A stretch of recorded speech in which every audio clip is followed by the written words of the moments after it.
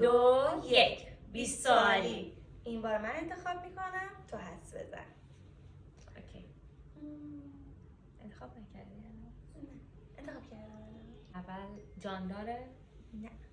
جاندار نیست. کوچیکه؟ مدل‌های مختلفش. ما داریمش. چه آسا شد.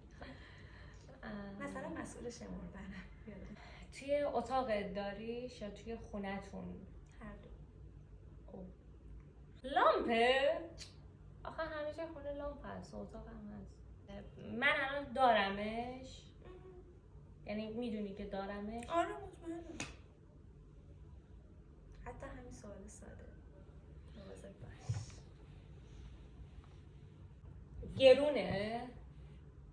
گرونش هست، ارزونش هست. بابا این چه مسخره‌ای؟ خیلی هم ارزون میده. صندلیه؟ نه. نقطه شده. آخری رو بگم.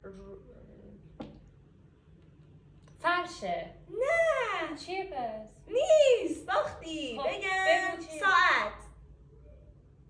هم کوچیکش هست، هم بزرگش هست. هم بزرگ.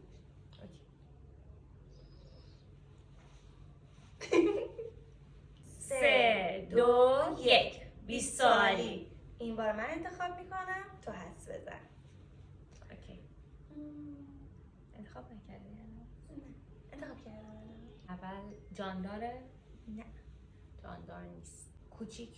کوچیکه؟ مدل‌های مختلفش.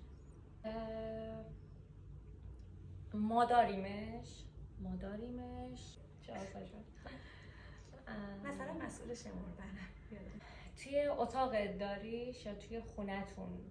هر دو. لامپه؟ آخه همه جای خونه لامپ هست، اتاق هم هست. من الان دارمش؟ یعنی میدونی که دارمش؟ آره مطمئنم. حتی همین سوال ساده. مواظب باش. گرونه؟ گرونش هست، ارزونش هست. بابا این چه مسخره‌ای؟ خیلی هم ارزون میده. صندلیه؟ نه. نقطه شده. آخری رو بگم. فرشه؟ نه. چیه پس؟ نیست، باختی. خب، بگم بگو چیه؟ ساعت. هم کوچیکش هست، هم بزرگش هست. هم بزرگ.